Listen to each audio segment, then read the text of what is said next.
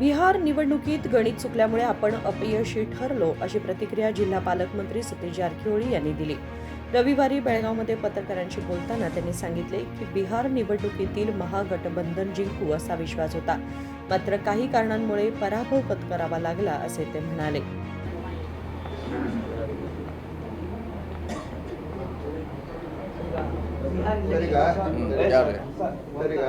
Belagavi doctor Shivabasava ಸ್ವಾಮಿಗಳ ಹೆಸರನ್ನು ತಾವು ರೈಲ್ವೆ ನಿಲ್ದಾಣಕ್ಕೆ ಶಿಫಾರಸು ಮಾಡಿದ್ರು ಸರ್ಕಾರಕ್ಕೆ.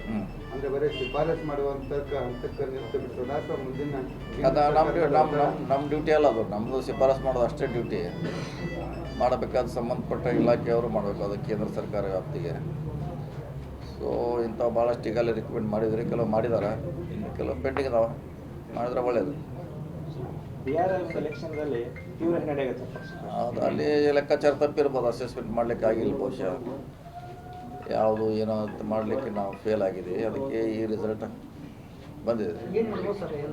ಗೊತ್ತಿಲ್ಲ, ಅಲ್ಲಿ ಸ್ಟಡಿ ಮಾಡ್ಬೇಕು, ಯಾಕಂದ್ರೆ ನಾವು ಅಲ್ಲಿ ಅದರಿಂದ ಭಾಳ ದೂರ ಇದ್ದೀವಿ. ಈ ಬಾರಿ ನಿರೀಕ್ಷೆ ಬಿಹಾರದಲ್ಲಿ ಕಾಂಗ್ರೆಸ್ ಅಧಿಕಾರಕ್ಕೆ ಬರುತ್ತಾ ಏನು?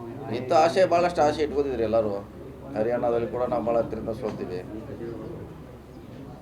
ಸೊ ಕೆಲವು ರಾಜ್ಯದಲ್ಲಿ ಭಾಳ ಹತ್ತಿರದಿಂದ ಸೋತೀವಿ, ಕೆಲವನ್ನ ಭಾಳ ಇದೆಲ್ಲ ಆಗೋದು ಚುನಾವಣೆಯಲ್ಲೆಲ್ಲ ನಡೆಯುವಂಥ ವ್ಯವಸ್ಥೆ ಅಷ್ಟೇ.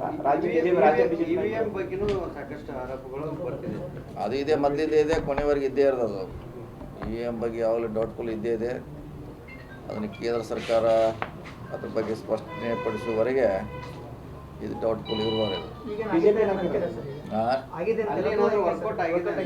ನೋಡಿ, ಸ್ಟಾರ್ಟಿಂಗಿಂದ ಅದ್ರ ಬಗ್ಗೆ ಎಲ್ಲರೂ ಡೌಟ್ ಮಾಡ್ತಿದ್ದಾನೆ. ಅದನ್ನು ಸ್ಪಷ್ಟೀಕರಣ ಕೊಡೋದು ಅದು ಆಗೋದಿಲ್ಲ ಅನ್ನೋದನ್ನು ಕೇಂದ್ರ ಸರ್ಕಾರ ಚುನಾವಣಾ ಆಯೋಗದ ಸ್ಪಷ್ಟಪಡಿಸಿದಾಗ ಅದಕ್ಕೆ ಒಂದು ಕ್ಲಾರಿಟಿ ಇಲ್ಲ. ಅಂದ್ರೆ ನನಗೆ ಈ ರೋಗ ಇದೆ, ಇದು ರೋಗ ಇದೆ, ಅದು ವಾಸಿ ಆಗೋಲ್ಲ ಅಂತ ಹಂಗೆ ಇದು ಅದನ್ನು ಸಹ ಸ್ಪಷ್ಟೀಕರಣ ನೀಡೋರು ಯಾರೇ? ಚುನಾವಣಾ ಆಯೋಗ. ಅವ್ರ ಮೇಲೆ ಸರ್ಕಾರ ಇದೆ, ಅವರೇ ಅದಕ್ಕೆ ಒಂದು ಇತಿಶ್ರೀ ಹಾಡಬೇಕಂತ. ರಾಜ್ಯ ಬಿಜೆಪಿ ನಾಯಕರು ಇದೇ ಒಂದು ಫಲಿತಾಂಶ ಕರ್ನಾಟಕದಲ್ಲಿ 28ಕ್ಕೆ ಮರುಕಳಿಸ್ತಾರೆ. ಅದು ನೋಡೋಣ, ಇನ್ನೂ ದೂರ ಇದೆ, 30 ತಿಂಗಳಿದೆ ಇನ್ನು. ಆವಾಗ ಅದ್ರ ಬಗ್ಗೆ ಚರ್ಚೆ ಮಾಡೋಣ. ಈಗ ಅಷ್ಟು ದೂರಿಂದ ಈಗ ಚರ್ಚೆ ಮಾಡೋಣ ಅವಶ್ಯಕತೆ. कागवाडचे आमदार राजू कागे यांनी उत्तर कर्नाटक स्वतंत्र राज्याची मागणी केलेली ही त्यांची वैयक्तिक भूमिका असून पक्षाशी त्याचा काही संबंध नाही, असे जारकिहोळी म्हणाले. विनोद कोलकार, KMM मराठी, बेळगाव.